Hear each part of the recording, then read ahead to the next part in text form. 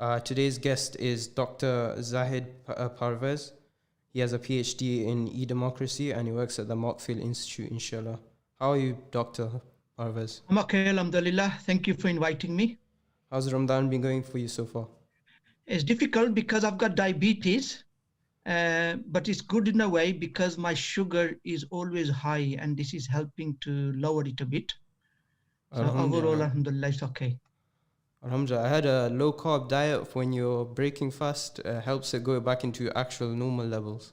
Yes. So it's the carbs I need to control a lot. Inshallah, Allah make it easy for you. Yeah, Ameen. Let's start off with the topic with inshallah, what the listeners can relate to, inshallah, is the widespread usage of the internet, especially at these times. So, Dr. Parvez, you have research interest in social and political impacts of new technologies and also in sustainable development. Can you first explain to our audience what are some of the impacts of the new technologies in our social life? Well, yes, by these new technologies, we mean the social media, the internet, the World Wide Web, and all those things, yeah? So when we look at these new digital technologies, they are having positive impacts and they're also having negative impacts. And different people view these technologies differently. It depends on how they see the impacts on themselves and on the wider society. So for example, communication. Before it was very difficult to talk to people on the other side of the world, but now we can talk to them as though they are standing very close to us. And these new technologies have enabled one-to-one communication, one-to-many. Radio stations were one-to-many, broadcast, and TVs were one-to-many, one person communicating with many. But these new technologies have also allowed many-to-many conversations going on at the same time. So it allows information exchange, but the negatives are it has allowed fake news and gossip and other things to spread, people to be exploited very quickly. So, there are positive and the negatives. About education, like our institution, we provide higher education. It has allowed us for e-learning. People can study in the comfort of their homes and so on. But on the other hand, it has allowed e-cheating, plagiarism, and so on. All this has become much easier now. It's difficult for lecturers to spot this plagiarism and students copying from others. If you look at the business organizations, work practices, everything has changed. Before we used to have business to business interactions online. Then we have business to consumers. Now we have consumers to consumers like eBay. We have e-working, we have e-support, we have e-consulting, we have e-marketing, e-banking, e-business. But these are positives. It has allowed businesses to work anywhere, anytime, anyhow. They don't need big buildings. They can just work, within their homes. But on the other hand, it has allowed for consumer manipulation, exploitation has increased, false advertising. All these things are negative. So there are positive and there are negatives. If you look at the social and the political aspects, we have now e-libraries. People can access all kinds of books for children, for students, for researchers. We have now virtual communities.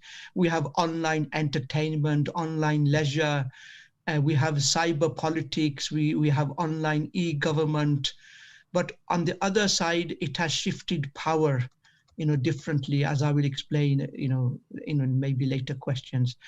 Now, these new technologies are also creating new kinds of communities. In the past, communities were locally based within the neighborhood or within a few mile radius. People used to meet, work together, socialize together, and so on. So these new technologies have allowed not only geographical communities, but faith communities. Like people of different faiths can work, can meet, and have their activities online at a global level. There are interest groups, political interest groups, sports interest groups, music interest groups, and so on. They can also meet at a global level and do many of their activities online. Like in Wolverhampton, and I know many other places, we have a weekly online study circle. So instead of meeting in the mosque, we are now meeting online. However, the negative side is, because we used to meet physically, brotherhood, sisterhood was strong. Now we meet virtually. It's not the same thing. Yeah. So online also is enabling this community organizing, community actions. It's allowing this development of electronic relationships. I heard people are getting to know each other, even getting married online, and all kinds of community services can be provided, for the disabled, for the elderly, for the lone parents. So there are positives and there are also negatives. Yeah. We can provide a lot of aids for the disabled, but however, on the other side, we have the negative aspects. People are losing their social skills. I'll give you an example, like children are now texting their mothers and their fathers. Before they used to talk to them directly. Now on top of in their bedrooms, they're texting their mother. They don't have the confidence to speak because they want to text everything. So the technology gives them some kind of barrier, and they're losing these social skills, and they're also poor physical health because a lot of the time is spent on these new technologies, and their health is being affected. So there are so many legal implications of these new technologies as well. Like it's very easy to criminalize somebody, demonize somebody, defamation, pornography is very easily accessible by people. Copyright laws can easily be violated. There's e-security issues, there's e-fraud, there's cyber terrorism. Evidence can be destroyed. There's more surveillance, Big Brother, soft sisters. People can be traced very quickly. The privacy is now, at a threat. So positives and the negatives. So in view of this, we've got optimist scholars and we have pessimists. The optimists believe that these new technologies are empowering us. We are becoming more informed public. We can have now electronic democracy, flexible working patterns. We can have online learning, cashless society. All these are benefits. But the pessimists see that more information does not mean more meaning.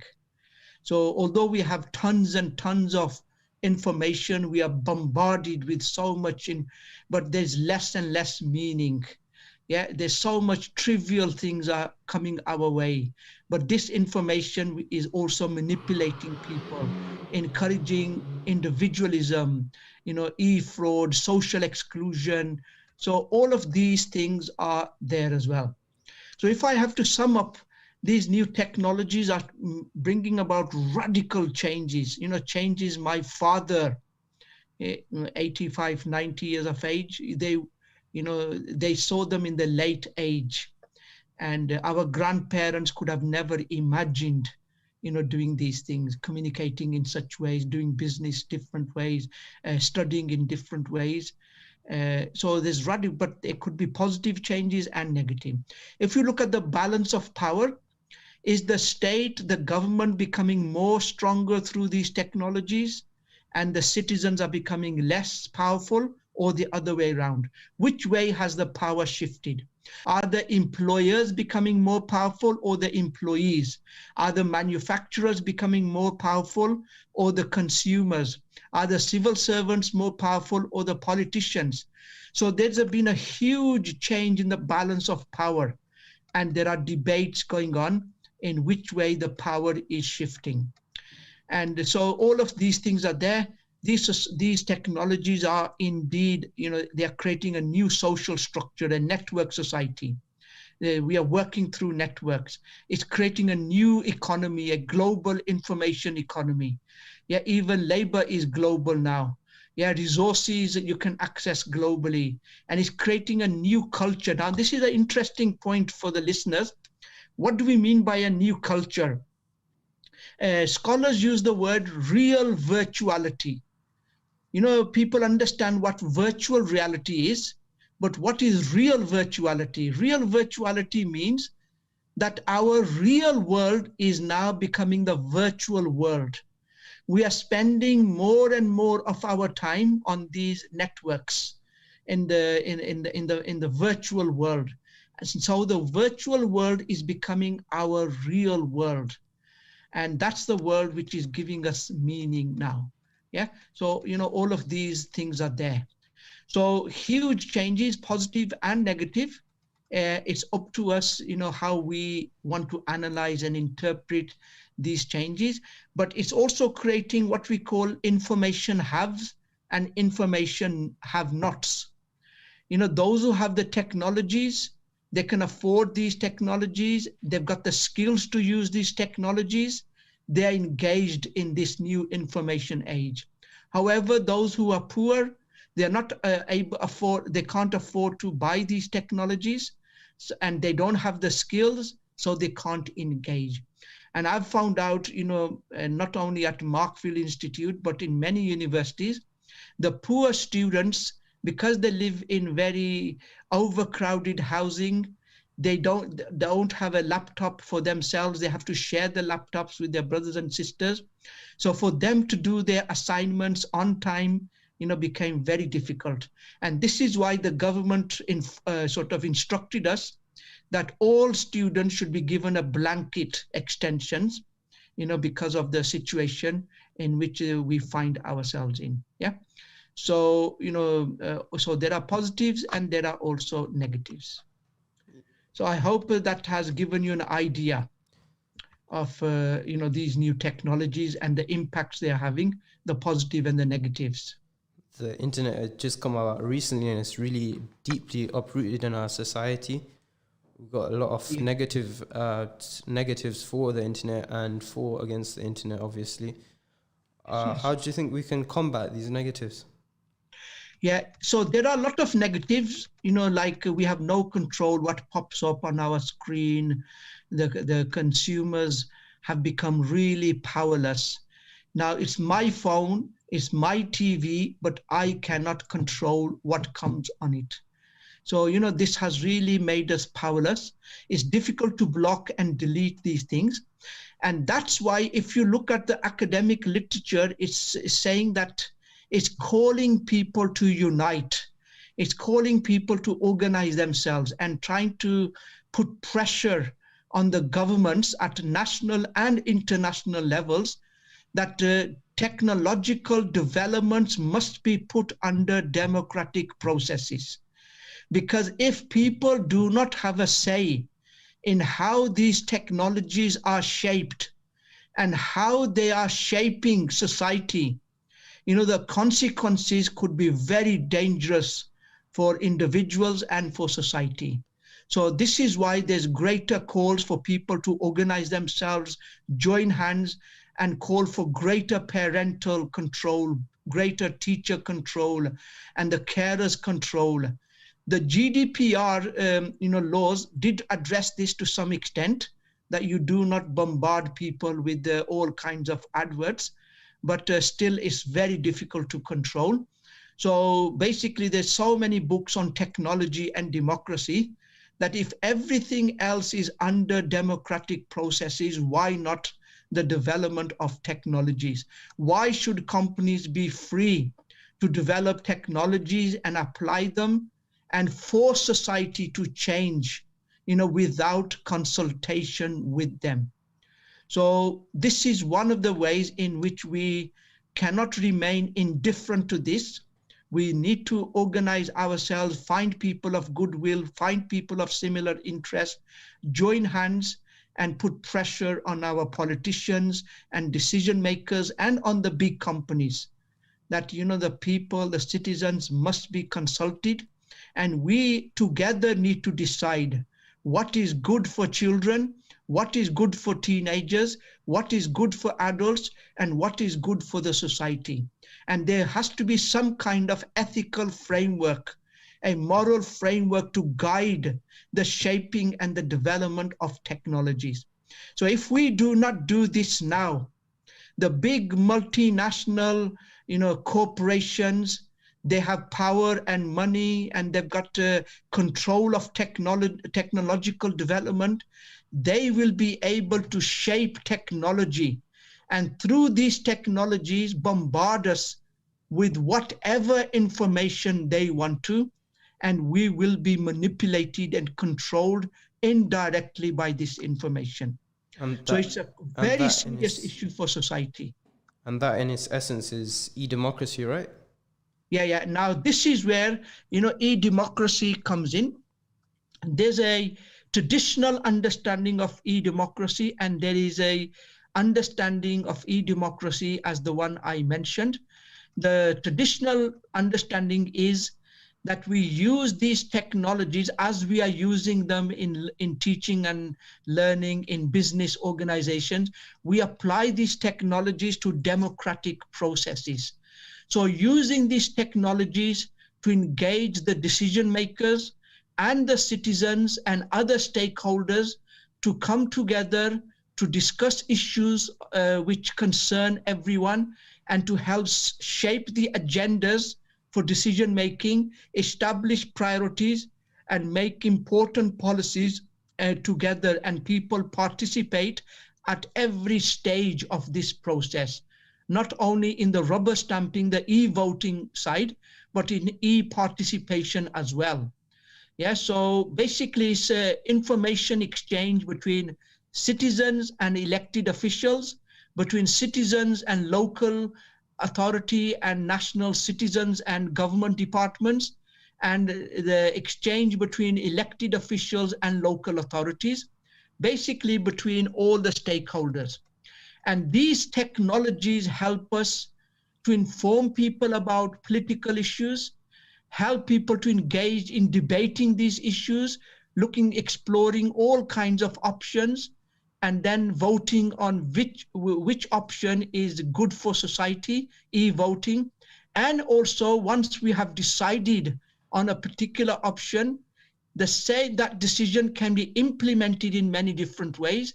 The citizens must have a say how to implement those decisions. So these technologies help in informing, in debating, in voting, and in implementing the decisions. Yeah. So this e-participation dimension is important of e-democracy. You can have access to information. For example, what is the budget of the local authority? What are its spending priorities? How does it? What is its budget? Yeah, who are the councillors? How are they voting? What is their views on different issues? So you have access to huge amount of information, and you can then engage electronically in debates on e-forums, and then you can engage in e-voting and so on. Yeah. Even the process right now, it takes really long to pass any laws through or anything like that. If we do the e-voting and that stuff, would it shorten the process? So like environmental acts that need to be a rapid change, that will take long to process in our normal parliament and that stuff. No, totally agree. These are the positive, that it can speed up decision making, but keep this in mind. If you speed up decision making without having thorough debates and giving those debates the time they require, we might end up making decisions which have not been thoroughly discussed and debated. Yeah. So there are pros and cons, but like you said, yes, there's possibility of speeding up the democratic processes could be there, and it could be very beneficial. We have to make quick decisions. So e-democracy does help in that. But can I add one more point about e-democracy? This was my PhD. I tried to find out that these technologies can develop a range of e-democracy models. Yeah, different ways citizens can shape their relationship with the elected officials and the government. However, I found out that the technologies are being shaped only by the powerful people. They are being shaped to continue with the representative or parliamentary model of democracy. For example, these technologies can allow direct democracy, that we don't need these elected officials, we don't need these councillors and MPs. We can vote directly and talk to government directly. Yeah. So direct or indirect democracy, or participatory democracy, or pluralist democracy, and so on. So some of these models, they can strengthen the demo side, the people side, and some of these models can strengthen the cratic side, which is the government side. What we are seeing is that e-democracy models, which is emerging, is actually strengthening the government side. Like citizens are not able to set the agendas which the parliaments and the local authority discuss and debate. Yeah. So we have very little control. They throw the issues at us, they prioritize them, they decide what is the good issues, and we just participate.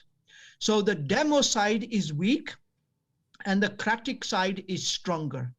Yeah. However, e-democracy can allow any of these, but unfortunately, I found out that the power shapes the way technologies are used and implemented in society. So there's whole literature on the power of these technologies, and whoever controls these technologies and whoever is the center of these virtual networks, they will be the future power holders, not the landowners, not the factory and industry owners, but it's those who are center of information networks, information and communication networks. There is another model of democracy which is really interesting, for the listeners. This is called consumer democracy. Now, this is strengthening the crater side. So what consumer democracy means, that ideally the citizens don't need to vote. The citizens don't need to debate.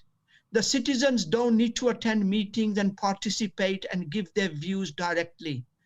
What this consumer democracy means, that without the citizens knowing, we can capture their preferences and what they like and what they do not like, and then use that information to shape policies. For example, they look at citizens and they look at, say, swimming pools.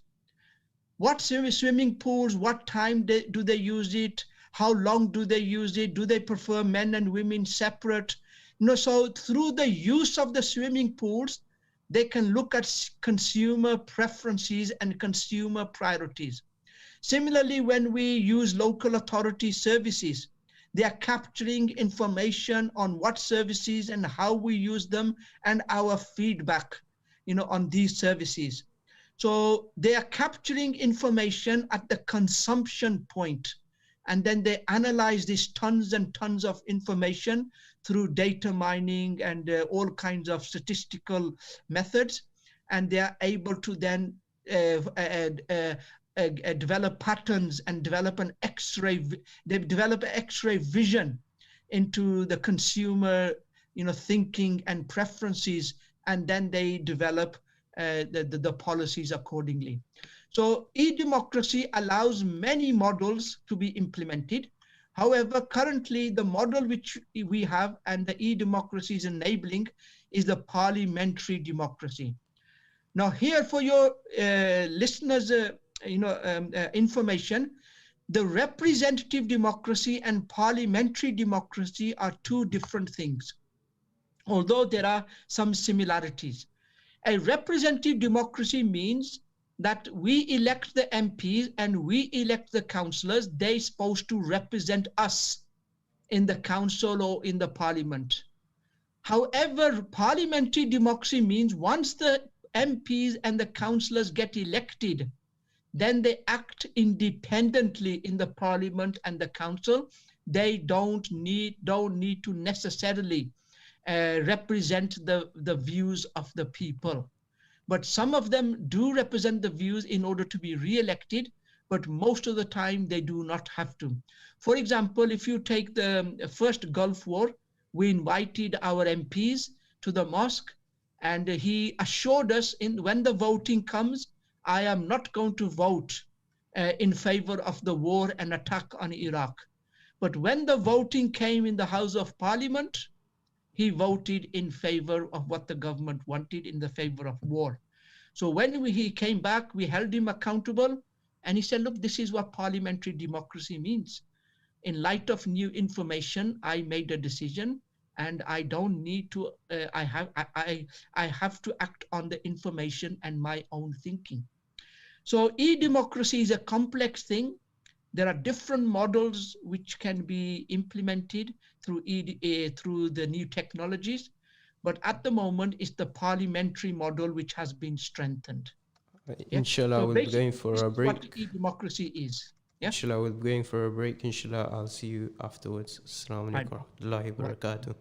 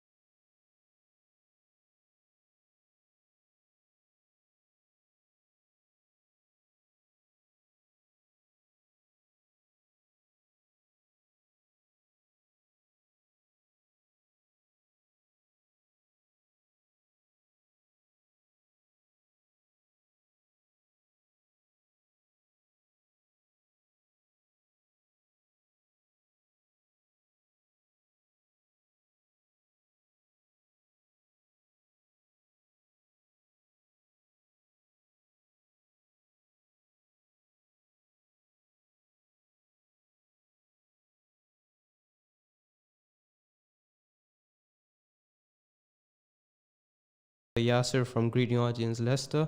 I'm talking to Dr. Zahid Parvez. We were talking about Edemocracy before the break, and we've led on to consumerism and how they targeted ads towards us, and how it's affecting industries like fashion industry, where you get fast fashion, and they're pushing onto you items that you would normally buy. This causes 10% of the of humanity's carbon emissions. This is very bad for the environment. Brother Zahid was just mentioning stuff to combat this, inshallah. Brother Zahid? Sorry, can you repeat the question again? What are the combats to stuff like how the fashion industry are pushing products that you won't normally buy on the internet through ads? Yes, it's important to understand that the world in which we are living, especially the Western world where we have made our homes, slowly over the last 20, 30 years, it's become a consumer society. So there was a need for enhancing consumerism from the 70s onwards, but today it's become so embedded that we are just consuming, and the whole economy just thrives on adverts, selling, and selling. Yeah, so there is an ideology behind this, and that ideology, if I can explain very briefly, that in the 70s, we had manufactured so much that the national economy became saturated, and the Western world was looking for global markets, and they managed to export a lot of their products. But in order to boost their local economy, they came up with a really powerful idea, and that was called consumer ideology. What that meant is that make people feel bad, that if they bought something, within 6 months, bring out new models and new fashion and new ways of doing things, and people keep to the old. They should be made to feel bad by society. So they influenced us to be more materialistic, more. That's it. So people are constantly buying the latest fashion, the latest gadget, the latest technologies to keep up with things. So basically this consumer culture now, through that our heart, mind and soul, our behavior, everything is now dominated on this consumer culture, on this advertise. So what these big companies are doing, trying to battle for your heart and mind, they are trying to collect data and build profiles on yourselves. So now social media and these new technologies have made this very easy. Before they used to spend thousands of pounds on market research. Now every time you click a button, you visit a web page, or you do any engage in any transaction, your data is being collected. What you're doing, why you're doing it, how you're doing it, to whom you are doing it, all that data is being collected. So once the data is collected through data mining, they develop your profiles, and then they give you targeted adverts. So they know you like sports, then sports adverts will keep on popping up, and you have very little control. And they know I said, they know you like clothes, so then clothing adverts will show up. So then that adverse effect to that is now the environment itself. The fashion industry is the second largest consumer of the world's water supply, and it pollutes and causes microplastics in the ocean also. We need to ask ourselves, how much do we have in our closets? How much clothes we actually wear that is in our closets? And how much those less fortunate, like in Syria, Palestine, they only got their clothes on their back. Do we need all those clothes, and do we need to spoil our environment like that? No, totally agree. The cupboards of people, the clothes are full. Sometimes they only wear them once or twice because the fashion has changed. They go and buy new ones and new ones. So it's placing a huge burden on the environment. And because of that, the balance between oxygen and carbon dioxide has radically changed. So that's leading to climate issues. Many species are becoming extinct, to the rise of sea levels. So, if we do not stop this consumer culture, we will all pay the very dire consequences of all of this. But unfortunately, we have become so powerless that we are in the hands of these big companies, and they control the flow of information on the social media and the internet and so on. So it's very important that we as citizens come together, join hands with the people of goodwill, people of the same interest, and we start thinking together what to do and putting pressure on the people who make decisions and set the direction of our society. Yeah, Without that, there will be huge problems. I think the crux of this problem is the materialism that we face today, especially in our youths. In Prophet Sallallahu Alaihi Wasallam's time, before Islam even came about, he was known as Al-Amin. He was truthful. He was trustworthy. People in those times, they were known for their character, not what they wear, what shoes they wear, especially in these times. Like even the Prophet Sallallahu Alaihi Wasallam, if he had any thing with his clothes, a rip or tear, he used to sew it. As narrated in a hadith where Aisha radiallahu anhu, the beloved wife of Prophet sallallahu alaihi wasallam, was asked what does Prophet Muhammad sallallahu alaihi wasallam do in the house. She replied to the inquirer, he did what one of you would do in his house. He mended his sandals, he patched his garments and sewed. But how many of us actually do that in our house today? We should revive this sunnah, inshallah. How many of us know how to sew? How many of us actually find a hole in the garments and try and fix it instead of try and throw it in the bin? Or especially charity, people are throwing away holes in the clothes to charity.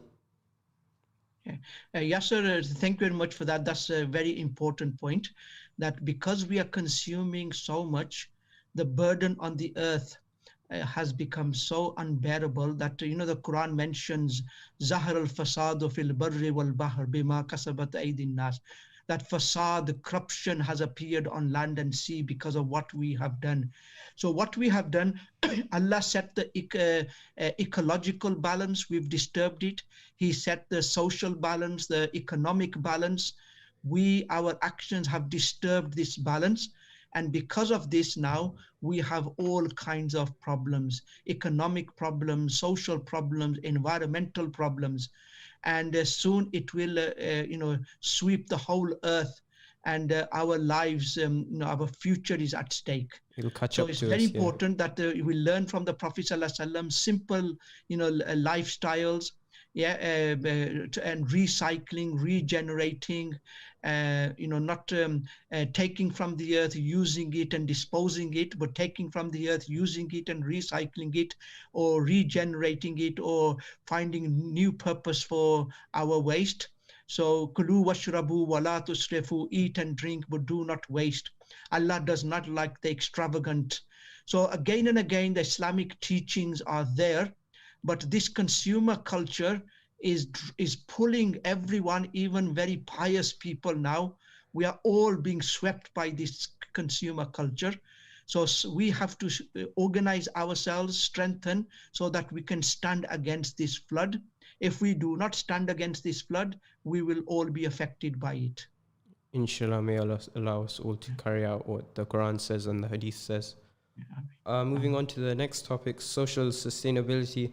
Can you explain to the listeners what social sustainability is briefly? Yeah. So if I just explain sustainability, first of all, sustainability simply means that we meet our own needs from the earth without compromising the ability of future generations to meet their own needs. So what that means, we don't take so much from the earth that the future generations are left with nothing. So if we use a tree, we plant a tree for the future generation. So we sustain our earth for ourselves and for our future generations. But when we talk about sustainability, it's important that we understand that we do not always mean environmental sustainability. That, the sustainability of the forests and the ecological balance and the biodiversity and all those things. But by sustainability, we also mean sustainability, economic sustainability and the social sustainability. Because economic sustainability and social sustainability impacts on environmental sustainability.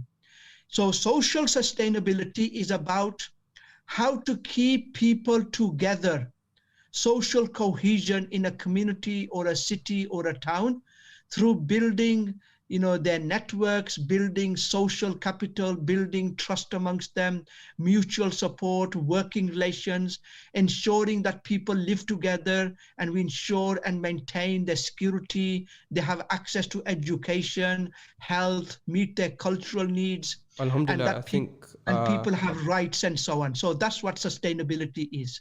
I think Green Guardians comes close to trying to create social cohesion and also protecting the environment as well. So being a greener community in essence. Uh, as Green Guardians try to make masjid gardens, so I'm a part of Peace Center Masjid. Alhamdulillah, they're doing a lot. They're doing food bank and all sorts of programs for the youths as well. We're trying to come out with a Peace Center garden. So then it helps create a social community. It's not going to be for only Muslims, it's going to be for non-Muslims as well to come in, and inshallah, that's a form of dawah as well for us. No, excellent. And if we lead by example, we start moving towards simple lifestyles, we start sharing resources, we start recycling and reducing the burden on the earth, the society will follow. This is why leading by example is so important. So social sustainability, where people don't trust each other, they are suspicious of each other, they don't have their rights protected, you cannot sustain that community or that society. And I think what's worse than this is probably the pandemic as well. There's been a year apart from all our neighbors all our neighbors. We won't know what they're up to, if they have a new family member or anything like that. We might be suspicious of them as well now. Yeah, totally agree with you. If I can just add one verse of the Quran here, this social sustainability and building this social capital. Social capital means trust, and people are beginning to support each other. So that has to be based on, good relations. Yes. So when I read the Quran, what I read from, Western scholars is that social capital is more important than financial and economic capital. So if you have very developed countries, they have a lot of economic capital, but those countries get destroyed. It takes them longer to bounce back than those countries where economically they may be weak, but they have a strong social capital, they bounce back. Like Bosnia, for example, the war devastated them because they had one faith, they trusted each other, they had the concept of brotherhood and sisterhood, they bounced back very quickly. So when I read the Quran Majid, there's a verse that when we give them power in the land, they establish the system of prayer, they establish zakat, they enjoin good, and they forbid wrong. So when I look at this, basically, when you establish prayer, you actually bring people together 5 times a day.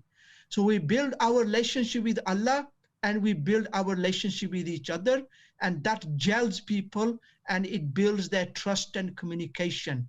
When people start coming together, they start sharing ideas, and ideas lead to business and development, and the society bounce back. And when we establish zakat, the rich and the poor, out of compassion for each other, come together.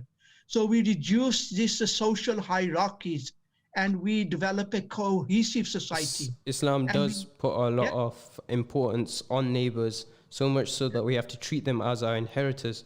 Are we actually involved with our neighbors, though? We should ask listeners should ask themselves, how many of us actually know our neighbors' last names? Inshallah, if we all try and create a greener community, we will be following Sunnah, and we will be also protecting what Allah borrowed to us, whether it's our own body or the planet. Yeah, that's very good. Islam has stressed so much on neighbors. Even if they are non-Muslim neighbors, we're supposed to know them, we're supposed to help them, we're supposed to have a strong communication, and even, dawah with them, good relations, helping them. It is so important. And, you mentioned the pandemic. This pandemic actually brought out many inequalities which exist in our society. And many scholars, use this to show that the social capital is declining very fast here in a Especially in consumer society. Western cultures, yeah. Yeah, in these consumer societies. What we found out that there were a lot of economic inequalities and imbalances.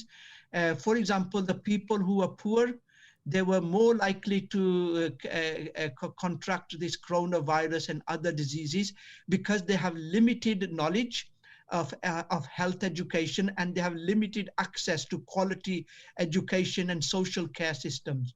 And they also tend to live in very overcrowded houses. Hence, it's difficult to self-isolate. Yeah, so and they experience insecure unemployment. Yeah, if jobs involve with them, they can't take off furlough or anything like that because the jobs involve that. They need their jobs to survive day by day. Yeah, that's it. And there's financial insecurity. So all of these things were, and that leads to mental problems. The wages, like nurses and social workers, they worked like anything, but the amount of pay they were getting, compared to other people who are not working as hard as them. So there's a lot of inequalities in society. And if these inequalities continue, the social fabric will crumble in society. Yeah, so there's so many disadvantages. But if you look at many Muslim charities and even non-Muslim charities, where this gap was, the government was, thinking about socio-technological solutions, furloughs and all those things. But at the social level and at the spiritual and the cultural level, there was very little support from the government. This is where mosques and charities and churches, they all came together to help the vulnerable, the elderly, doing shopping for them, getting their medicine for them, covering for them, helping them in their tuitions and all kinds of things, supporting them financially. It helped to keep that social cohesion to some extent, but this cannot be maintained. And social cohesion requires morality. If people don't trust each other, they cheat on each other, they lie to each other, they can't remain That's the together. social aspect gone then, if they actually believe that. You shouldn't hold enmity for someone. Inshallah, I think we're coming towards the end of the program. Inshallah, next week's program given by Green Guardians Leicester is brought to you by Amina and Irfana. And there's a competition also for Green Guardians Leicester. You can share us a photo or video of your home green projects. Inshallah, the first 3 will get prizes. Inshallah, just tag us on Instagram or email us at Green Guardians Leicester, and email address is info@greenguardiansleicester.org.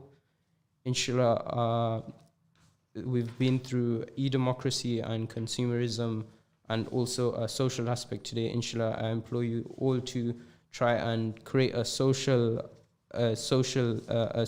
green community, inshallah.